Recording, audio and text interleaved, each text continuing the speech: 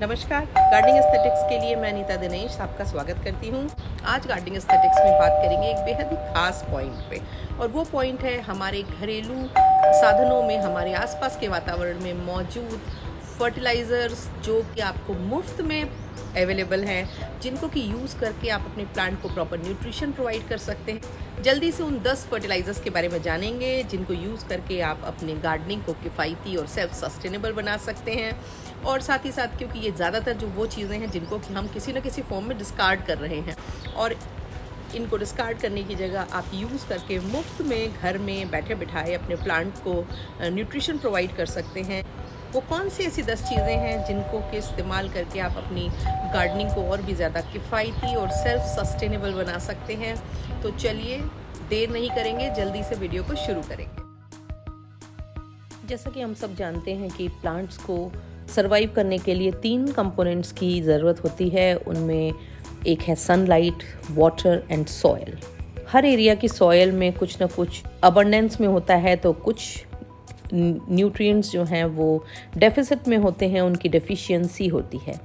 ऐसे में हम अपने प्लांट्स में और स्पेशली पॉट्स में जब हम प्लांट लगाते हैं तो मिट्टी सेम होती है, प्लांट की जो रूट्स होती हैं वो न्यूट्रिएंट्स को कंज्यूम करती रहती हैं, इसलिए पॉट में लगे हुए प्लांट की जो सॉयल है वो जल्दी ही न्यूट्रिएंट्स में डेफिशिएंट हो जाती है, तो उनको हमें सप्लीमेंट्स देने की ज़रूरत पड़ती है। इन सप्लीमेंट्स में सबसे ज़्यादा तेज और त्वरित जो इम्पैक्ट होता है, असर होता है, वो केमिकल फर्टिलाइजर्स का होता है। पर इनको लेकर के जो एनवायरमेंटल कंसर्न्स हैं उससे की वजह से उसने हम सबको इतना जागरूक कर दिया है कि हम में से ज़्यादातर लोग चाहते हैं कि हम अपने पॉट्स में ऑर्गेनिक मैन्योर्स को ही यूज़ करें। कुछ ऐसी चीज़ें हैं हमारे घर में, हमारे घर के आसपास, जिनको हम एज अ फर्टिलाइज़र यूज़ कर सकते हैं। इनको आप बहुत ही आराम से यूज़ कर सकते हैं क्योंकि इनसे प्लांट को डैमेज होने का एक तो ख़तरा नहीं होता है, दूसरा ये ज़्यादातर आपका जो वेस्ट मटेरियल है वो होता है, इसलिए आपको इनके लिए एक्स्ट्रा पे नहीं करना पड़ता है। आप ये मुफ्त में इन चीज़ों को यूज़ करके अपने प्लांट की ग्रोथ को अच्छा कर सकते हैं, और यकीन मानिए कि इनका रेगुलर यूज़ आपके प्लांट को बहुत ज़्यादा फ़ायदा पहुँचाता है। और उसी में आज मैं आपको 10 ऐसे होममेड फर्टिलाइज़र्स बताऊंगी जिनको कि यूज़ करके आप अपने प्लांट्स की ग्रोथ एक्सपेडाइट कर सकते हैं और अपने प्लांट को प्रॉपर न्यूट्रिएंट्स दे करके हेल्दी और लश ग्रीन बना सकते हैं। उसमें अच्छी फ्लावरिंग भी ले सकते हैं। और गर्मियों में सबसे खास बात यह है कि ये जो फर्टिलाइज़र होते हैं ये इतने ज़्यादा केमिकल फर्टिलाइज़र्स के जैसे गर्म नहीं होते हैं, इसलिए आपके प्लांट्स को डैमेज नहीं करते हैं। इसलिए इनको आप गर्मियों में बहुत ही सेफली, बहुत ही कंफर्टेबली इनको यूज़ कर सकते हैं, बिना किसी डर के, बिना किसी तनाव के।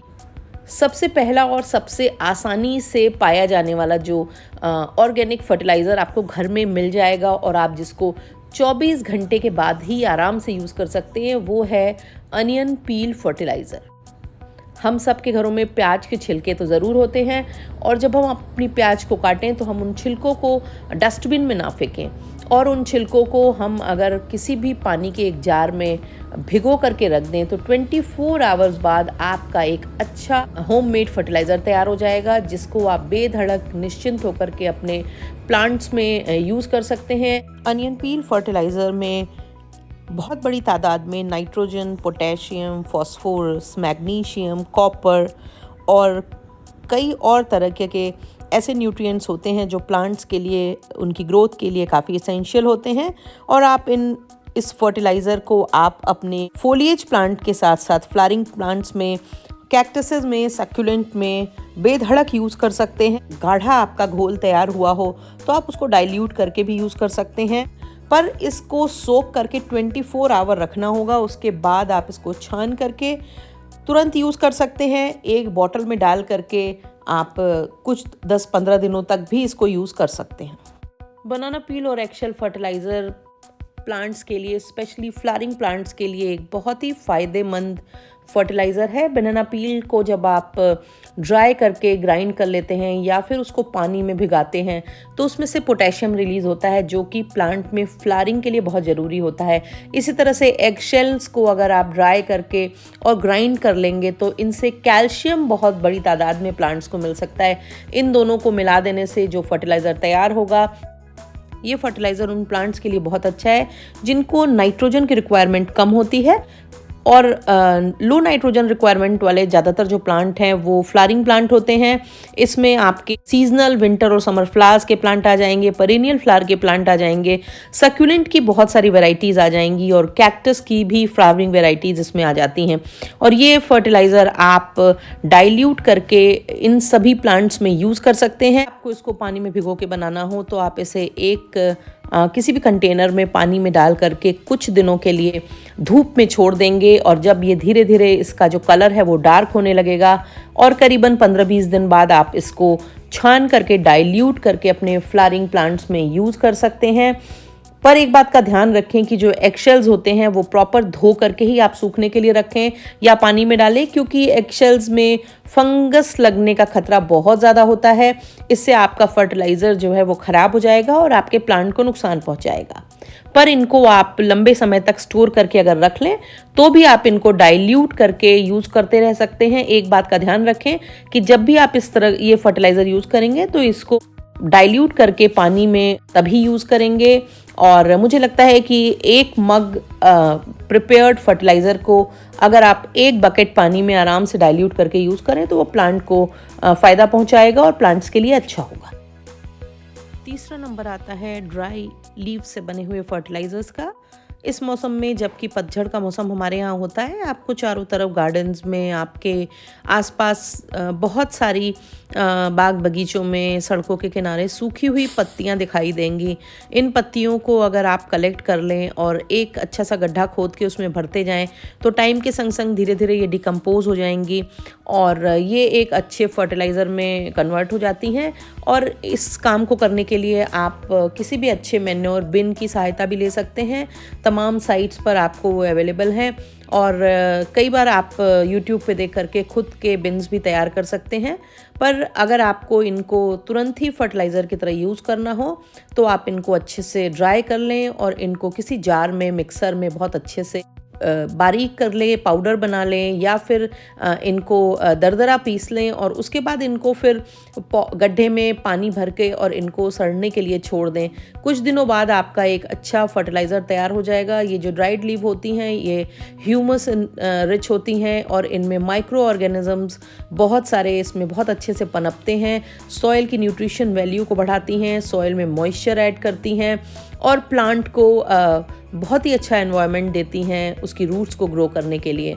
तो आप इनको भी यूज़ करके अपने प्लांट्स में फर्टिलाइज़र्स दे सकते हैं। इसके साथ ही मैं तो अक्सर ऐसा करती हूँ कि जब प्लांट को पॉट कर रही होती हूँ तो नीचे एक लेयर पत्थर की लगाने के बाद, एक लेयर ग्रिट्स की लगाने के बाद उसके ऊपर मैं एक अच्छी मोटी जो लेयर, अगर पॉट बड़ा है तो कम से कम 2-2.5 इंच की एक सूखी पत्तियों की लेयर बनाती हूँ। उसके ऊपर फिर सॉयल मिक्स जो होता है वो डालती हूँ। उससे फिर धीरे धीरे टाइम के संग ये पत्तियाँ अंदर ही अंदर डिकम्पोज हो जाती हैं और फिर ये फर्टिलाइज़र में कन्वर्ट हो जाती हैं। और साथ ही साथ उन प्लांट्स में जिनको नमी की ज़रूरत होती है, नीचे ये बहुत अच्छी नमी बना दी रहती हैं, जिससे आपके जो प्लांट होते हैं वो ऐसा नहीं होता है कि आपने ऊपर पानी डाल दिया तो नीचे रूट्स की तरफ सूख गया हो, मिट्टी और पत्थर जैसी हो जाए। मिट्टी को बहुत ज़्यादा हार्ड सीमेंटिंग नहीं होने देते हैं मिट्टी की। कॉफ़ी बीन्स भी आपके घर में मौजूद एक बहुत ही अच्छा फर्टिलाइज़र हैं। आप कॉफ़ी पाउडर को डायरेक्टली यूज़ कर सकते हैं।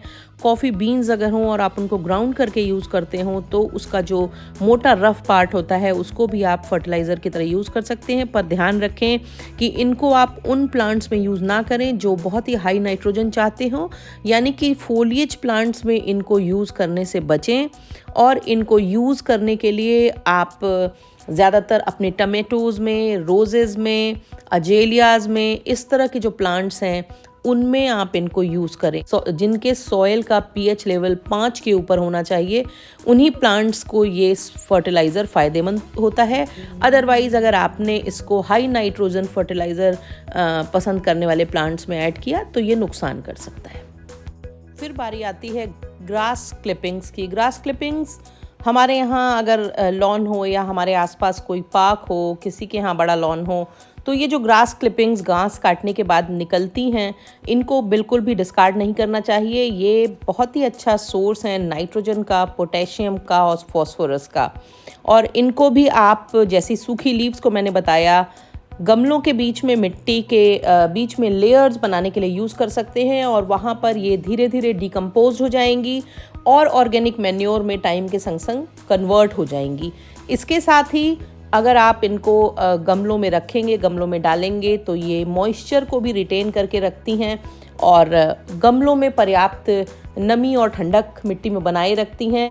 या ये जो ग्रास क्लिपिंग्स होती हैं ये बहुत ज़्यादा, इनमें 80% वाटर होता है, इसलिए ये इतनी जल्दी से आपके पॉट्स में गल जाती हैं, घुल जाती हैं कि तुरंत ही इनका जो असर है वो धीरे धीरे प्लांट्स में होने लगता है। तो इसलिए इनको भी डिस्कार्ड ना करें और as a fertiliser, as a homemade fertiliser इनको यूज़ करें। बहुत सारी स्टडीज़ से पता चला है कि जो ड्राइड टी लीव्स होती हैं ये नाइट्रोजन का, फास्फोरस का और पोटेशियम का काफ़ी अच्छा सोर्स होती हैं और ये NPK का ऑर्गेनिक वर्जन बनाती हैं और आप इनको NPK केमिकल फर्टिलाइज़र के रिप्लेसमेंट के तौर पर यूज़ कर सकते हैं। इसका मतलब ये है कि जो फोलिएज प्लांट होते हैं आपके, जिनमें लीव्स होती हैं, जिनकी खूबसूरत लीव्स की वजह से आप उनको लगाते हैं, उन प्लांट्स में आप चाय की पत्ती को यूज़ कर सकते हैं। चाय की पत्ती को यूज़ करने का सबसे अच्छा तरीका ये है कि जब हम टी बनाते हैं तो हम उसमें शुगर ऐड तब ना करें, छानने के बाद हम अलग से शुगर ऐड करें, सो दैट कि हमारी जो चाय की पत्ती है उसमें शुगर मिक्स ना हो और वो एक अच्छा फर्टिलाइज़र साबित होगी। अगर आप उसमें शुगर मिला देते हैं तो फिर उसके बाद आपको उसको बहुत ही थॉरोली वॉश करके यूज़ करना चाहिए, क्योंकि कई बार शुगर या मीठा होने की वजह से उस आपके जो सॉयल है, आपका जो प्लांट है, उसकी तरफ तरह तरह के बग्स, चींटियाँ वगैरह अट्रैक्ट हो सकते हैं। इसलिए मैं हमेशा ये करती हूँ कि जब मैं चाय बनाती हूँ तो शुगर मैं बाद में ऐड करती हूँ और उस टी लीव को मैं एज अ कंपोस्ट यूज़ कर लेती हूँ। हमारे गार्डन में और हमारे पॉट्स में अक्सर बहुत सारे वीड्स उगाते हैं और इन वीड्स को जब आप निकालते हैं तो उनको निकाल के फेंकें नहीं, बल्कि इनको निकाल करके और अच्छे से पानी में इनको बॉयल करके छान लें और छानने के बाद जब वो पानी ठंडा हो जाए तो उसको प्लांट में एज अ सप्लीमेंट आप यूज़ कर सकते हैं। ये वीट टी बहुत ही गुणकारी फर्टिलाइज़र होता है और इसको आप किसी भी तरह के प्लांट में यूज़ करके और प्लांट को न्यूट्रिएंट्स प्रदान कर सकते हैं। ह्यूमंस भी तरह तरह के वीड्स को as a micro nutrient source या as a herbal medicine use करते हैं और उनमें बहुत से वीड्स में अलग अलग तरह के गुणकारी तत्व पाए जाते हैं और जो अगर आप इन सारे वीड्स को मिक्स करके एक टी बना करके प्लांट में डालते हैं तो वो प्लांट को फ़ायदा करता है। विनेगर भी प्लांट्स के लिए एक बहुत ही अच्छा होममेड फर्टिलाइज़र है और अगर विनेगर आपके घर में तैयार हुआ हो तो ये प्लांट के लिए बहुत ज़्यादा फ़ायदेमंद होता है और सस्ता भी पड़ता है, क्योंकि जो बाज़ार से हम विनेगर ख़रीदते हैं वो थोड़े एक्सपेंसिव पड़ते हैं। तो अगर आपने घर में सिरका बनाया हुआ हो और आपका बच रहा हो, पुराना हो, एक्स्ट्रा हो, तो आप उसको अपने प्लांट्स में जो कि हाईली एसिडिक सॉइल पसंद करते हैं, जैसे कि रोज़ेज़ में, आप उसको एज अ फर्टिलाइज़र यूज़ कर सकते हैं और ये आपके रोज़ेज़ की ग्रोथ में, उसमें फ्लावरिंग में बहुत ही ज़्यादा हेल्पफुल होगा। फ़िश टैंक वाटर यानी कि एक्वेरियम का जो वेस्ट वाटर होता है, जो हम हर तीसरे चौथे दिन रिप्लेस करते हैं, वो पानी भी हमारे प्लांट्स में एक बहुत ही अच्छे फर्टिलाइज़र का काम करता है। तो अगर आपके घर में एक्वेरियम हो और अगली बार जब आप उसका पानी चेंज कराएं तो उस पानी को फेंकने की जगह उसको प्लांट्स में यूज़ करें और वो आपके प्लांट्स में बहुत सारे न्यूट्रिएंट्स ऐड करेगा। इसी तरह से आप राइस वाटर को, यानी कि जो हम चावल बनाते हैं उसकी माड़ को, या इवन जो हम चावल धुलते हैं उस पानी को भी आप अपने प्लांट्स में यूज़ करें और ये प्लांट्स में NPK की जो रिक्वायरमेंट होती है उसको पूरा करता है। साथ ही साथ ये जो रूट नोड्यूल्स होती हैं उनमें अच्छे बैक्टीरिया की ग्रोथ में सहायक होता है। इस तरह से अगर आपके यहाँ कंपोस्टिंग की सुविधा नहीं हो, आपने कंपोस्ट बिन नहीं लगा रखा हो, तो भी आप ये जो तमाम मैंने आपको चीज़ें बताई हैं इनको यूज़ करके अपने प्लांट को अच्छा ऑर्गेनिक फर्टिलाइज़र आप प्रोवाइड कर सकते हैं। इसके अलावा अगर आप अपने घरेलू कूड़े को, घरेलू वेस्ट को कंपोस्टिंग करके कंज्यूम करना चाहें तो इसके लिए मैं कुछ दिनों में जल्दी ही एक वीडियो